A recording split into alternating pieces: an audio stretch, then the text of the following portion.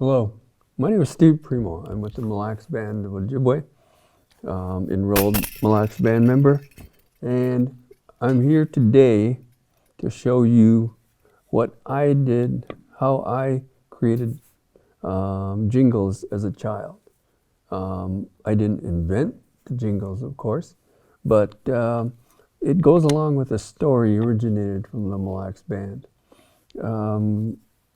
As it goes, a young girl was sick, and her father was kept getting visions of a dress that was worn and danced with a very compelling sound, and turns out that it was a very metallic sound. In his vision, he figured out how to create the sound by using the tin that was available to him around his area, and it also showed the way that the people that he saw in his vision would dance, wearing these what comes to be known as jingle dresses. And now it's pan-Indian. If you go to any powwow across the country, you see people dancing in jingle dress. And it, like I said, originated in Mille Lacs, my reservation. And I'm here just to show you, as a young boy, my mom was a jingle dress dancer. I have a picture of her when she was about 10, wearing a jingle dress, and her grandmother wore a jingle dress. So it was a pretty big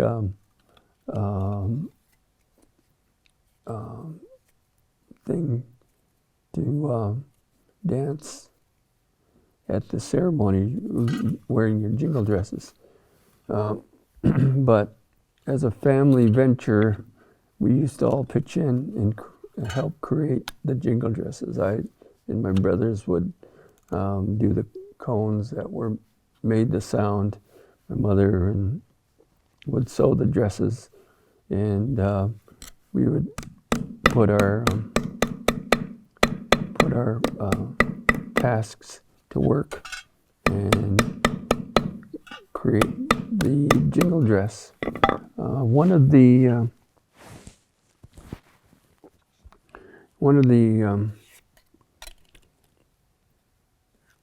things I used to do, or what my dad gave me a task to do, was to cut the tins for the jingle dresses.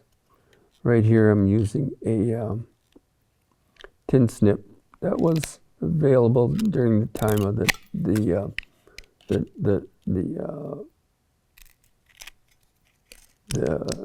story. It wasn't that long ago. It was only about 100 years ago. And 100 years sounds a long way off, but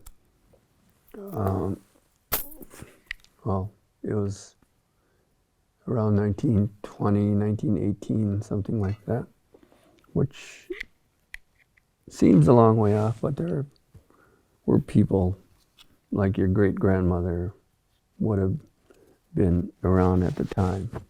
And it's a family story, so if you're native, you'll know the story of the jingle dress. What I'm doing now is what I found out, what I thought was funny when I started to create the jingle dress, is that the shape of the tin were as wide as a man's thumb, wide and as long as a man's thumb, basically.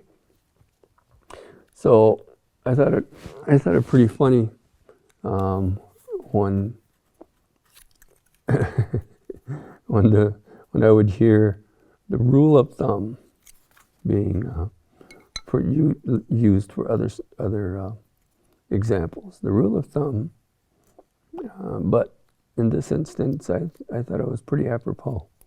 But anyway, I thought it was funny. I have a weird humor.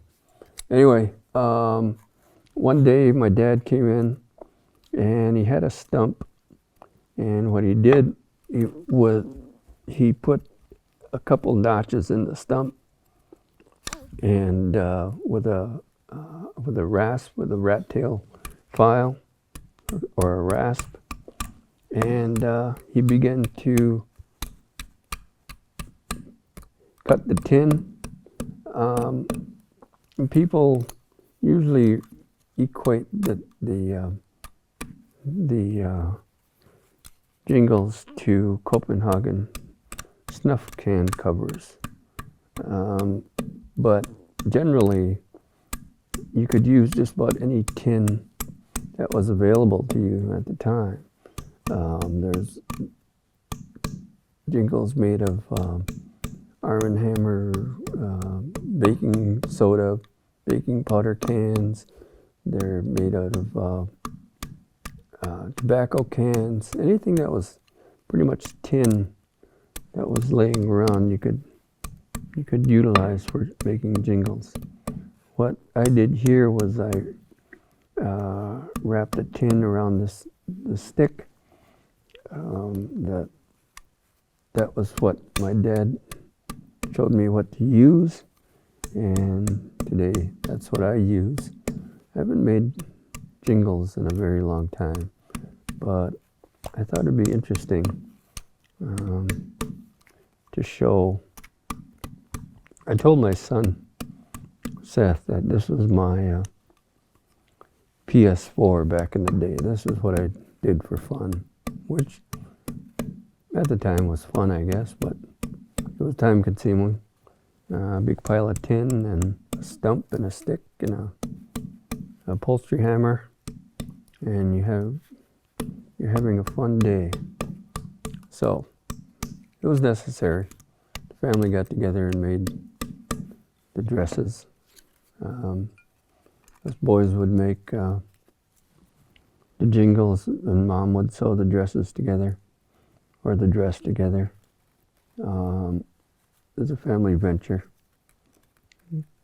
to help somebody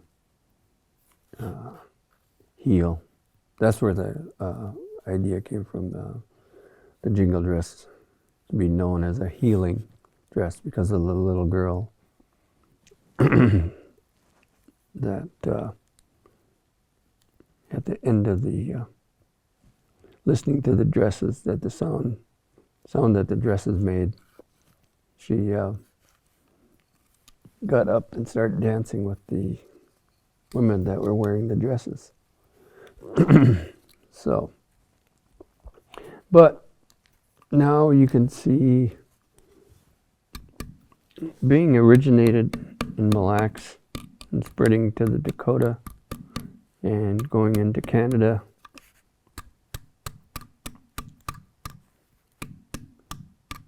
it now is pan-native. You can go to pretty much any powwow in the country and see jingle dress being danced. There's a contemporary style dance, and then there's a traditional style.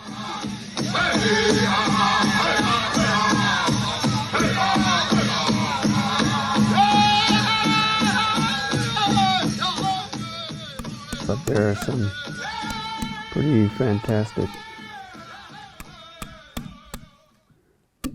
dancers of the jingle dress. But as you see here, it doesn't take that long. It used to take me shorter time, but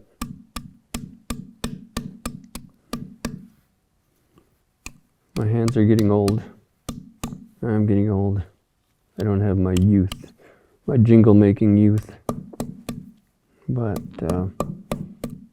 this pretty much, the jingle dresses of old, the jingles that you can see in photographs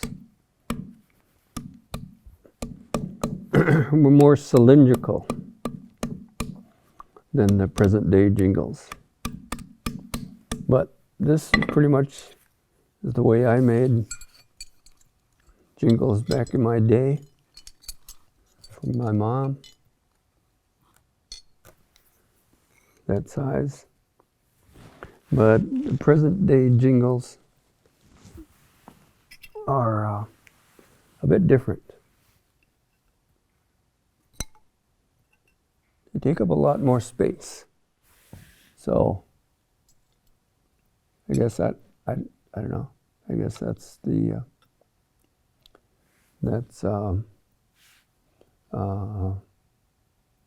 way they use them nowadays. But I like the old style.